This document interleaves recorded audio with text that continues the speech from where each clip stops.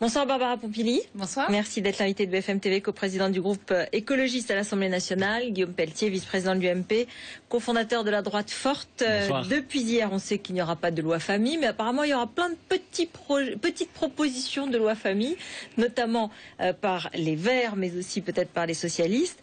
Juste un mot peut-être d'abord, le retrait. Vous êtes très en colère, mais vous trouvez que c'est sage parce qu'il fallait calmer le jeu? Il y a évidemment d'autres urgences dans notre pays et de temps en temps écouter l'exaspération profonde qui existe en France, d'inverser les priorités. Sur le terrain, on nous parle de quoi? Du chômage, du pouvoir d'achat, des questions de sécurité, de l'Europe, de l'immigration.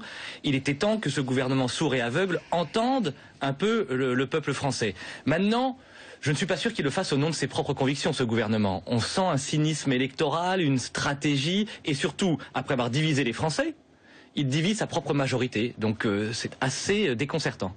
Barbara Pompili, colère.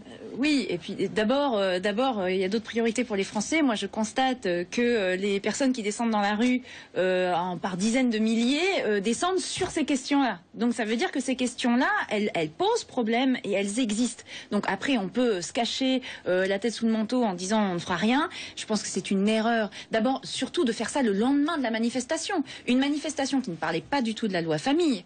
La loi famille, elle parlait de l'adoption, elle parlait des enfants nés sous X, elle parlait de la coparentalité, de la garde alternée, enfin de sujets qui touchent des familles actuellement et d'ailleurs où il y a des drames qui doivent être résolus par la loi. Ça, on n'en parle pas du tout dans la manifestation. On parle PMA, GPA qui sont pas du tout dans la loi. D'ailleurs sur la PMA, nous on était plutôt pour essayer de la mettre dedans, mais on ne parle que de ça. Et le lendemain, le président a l'air de donner raison à la manifestation en disant on va retirer la loi famille. Tout ça n'a aucun sens en termes de communication. On ne comprend pas le message que veut faire passer le président de la République. Ce qu'on voit, c'est qu'il cède à la rue. En tout cas, il donne l'impression de céder à la rue, ce qui est un très très mauvais signal. Après les bonnets rouges, après les pigeons, encore une fois, le gouvernement recule quand les gens descendent dans la rue. Ben allons-y, continuons à descendre dans la rue surtout, comme ça on ne fera plus de réforme. Voilà Mais non, mais là c'est agaçant. Oui, on entend bien qu'il y a de l'agacement. Manuel Valls, c'est lui qui a clarifié la situation en fait hier en disant il n'y aura pas de PMA, le gouvernement s'opposera aux amendements sur la PMA. Le ministre de la Famille, Manuel Valls, donc a parlé de questions qui sont de sa compétence. Non, vous êtes en colère aussi contre lui? Je ne suis pas en colère contre qui que ce soit. Je pense qu'il y a des problèmes concrets qui se posent aux gens et qui doivent être résolus par la loi. Notre législation a des insuffisances sur les questions dont je vous ai parlé tout à l'heure. Il faut qu'on résolve ces problèmes et c'est pas en reculant encore une fois qu'on va les résoudre. Donc nous on a dit le gouvernement ne veut pas le faire, eh bien redonnons ces lettres de noblesse à l'initiative parlementaire, on va déposer des propositions de loi qui reprendront grosso modo ce qui était dans la loi famille. Et sur la PMA également. Alors nous on va rajouter sur la en PMA plus, pour les couples de femmes. On va rajouter en plus la PMA, mais ça ce sera nous les écologistes. Après, on a entendu que nos collègues socialistes souhaitaient déposer des propositions de loi. Moi je leur dis banco, on le fait ensemble, on dépose ces propositions de loi, on avance sur ces éléments qui sont très importants pour les familles d'aujourd'hui.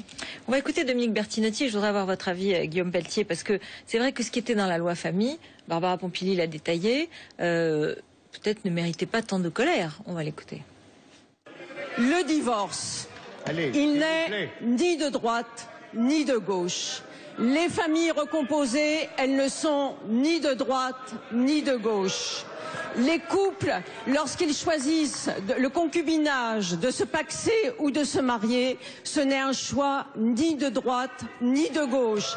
Si c'est la question, et je vais vous dire pourquoi, parce que précisément, nous avons l'obligation aujourd'hui, ne serait-ce que pour la défense de l'intérêt des enfants, de définir de nouveaux repères qui correspondent aux nouveaux modèles familiaux que nos propres concitoyens ont décidé seuls.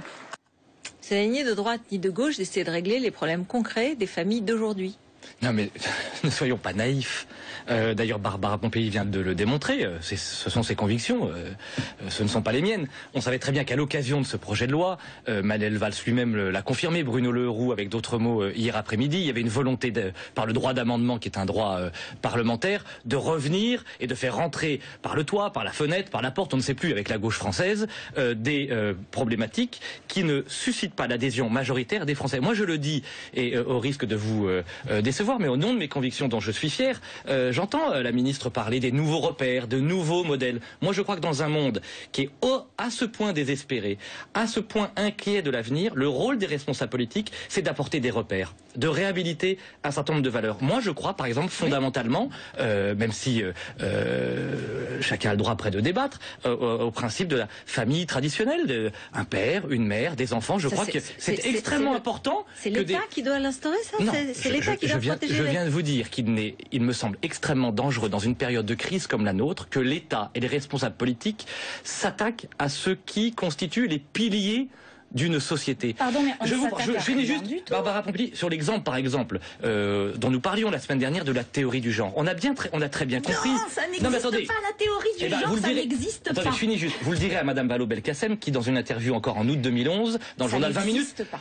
Le disait et le peut-être vous le lui direz. Ça n'existe pas, la théorie du genre. Qu'est-ce qui s'est passé la semaine dernière? Il y a eu d'un côté des rumeurs caricaturales excessives qu'il nous faut dénoncer. Il y a eu de l'autre côté une inquiétude très forte d'une partie de Français non négligeable qui ne veulent pas voir ce type de théorie se propager à l'école. Au nom de quoi, moi, vice-président de l'UMP, je ne pourrais pas entendre, comprendre et défendre les préoccupations de ceux qui s'inquiètent de la remise en cause des valeurs qui sont les nôtres. Sauf que c'est pas sous votre bannière qu'ils ont défilé, pardonnez-moi. C'était la manif pour tous et c'était pas l'UMP et c'est pas avec l'UMP. Et j'ai même Ludovine de la Rochère hier sur ce plateau qui disait ils sont dépassés, ils ont raté le coche, ils sont ambigus, ils sont pas clairs, ils veulent récupérer. Oui ou non?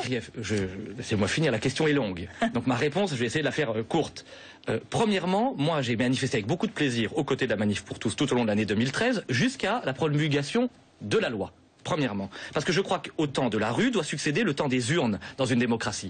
Et la plupart des responsables d'ailleurs de la droite forte, nos parlementaires étaient dans la manifestation dimanche, mais je dis aussi attention à ces Français qui manifestent. L'enjeu clé maintenant, c'est pas tant d'occuper la rue que de s'investir en politique. Ce sont par les urnes, c'est par la démocratie, c'est par les mandats locaux, régionaux, nationaux qu'on pourra, sur le long terme, changer les règles qui ne nous plaisent pas. Donc attention.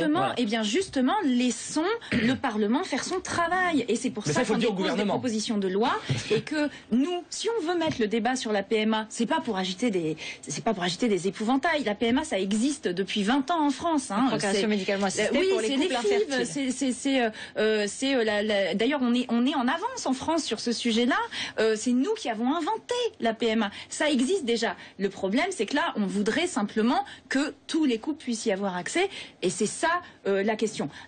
Vous savez qu'après, derrière, il y a la question de la GPA évoquée par Mme Taubira. La GPA n'était pas dans le texte, et nous-mêmes ne demandons pas donc la GPA. Les mères porteuses, c'est un autre sujet. Personne n'a demandé à ce que ce soit dans la loi, y compris nous. Donc, et pourtant, c'est nous qui sommes visés dans cette affaire. Il y a des socialistes qui l'ont fait. Sur la théorie du genre. Là, je voudrais quand même qu'on arrête avec cette désinformation massive. Il n'y a pas de théorie du genre. Il y a eu des études qui ont été menées aux États-Unis et qui sont menées maintenant dans les universités françaises sur le fait que on naisse fille ou garçon, nous oriente vers des fonctions, vers des fonctions sociales et de ce qu'on attend de nous. Et c'est très intéressant ces études-là, parce que on est une fille, on intériorise le fait que de toute façon on sera meilleur en français qu'en maths, on intériorise le fait que on serait mieux à la maison pour garder les enfants par exemple. Ce sont des questions qu'on peut se poser. Là, ce qui m'est proposé à l'école, ce sont simplement des cours pour dire toutes les filles, si elles ont envie d'être pompier ou général de brigade, ont le droit d'être pompier et général de brigade. C'est tout. Ça n'a rien à voir avec ce que j'ai entendu comme délire, parce qu'on est dans des délires. Alors juste pour répondre, est-ce que je peux répondre? Allez-y, et après on essaye de s'interroger pourquoi ces délires et juste un truc, il n'y a pas assez de femmes en politique, il n'y a pas assez de femmes chefs d'entreprise, les femmes sont moins bien payées que les hommes dans ce pays, les femmes ont moins de droits que les hommes dans ce pays. Pourquoi? Les questions qui sont posées, c'est ces questions-là. On essaye de comprendre pourquoi les hommes ont moins de droits que les hommes. respecter sur le temps de parole.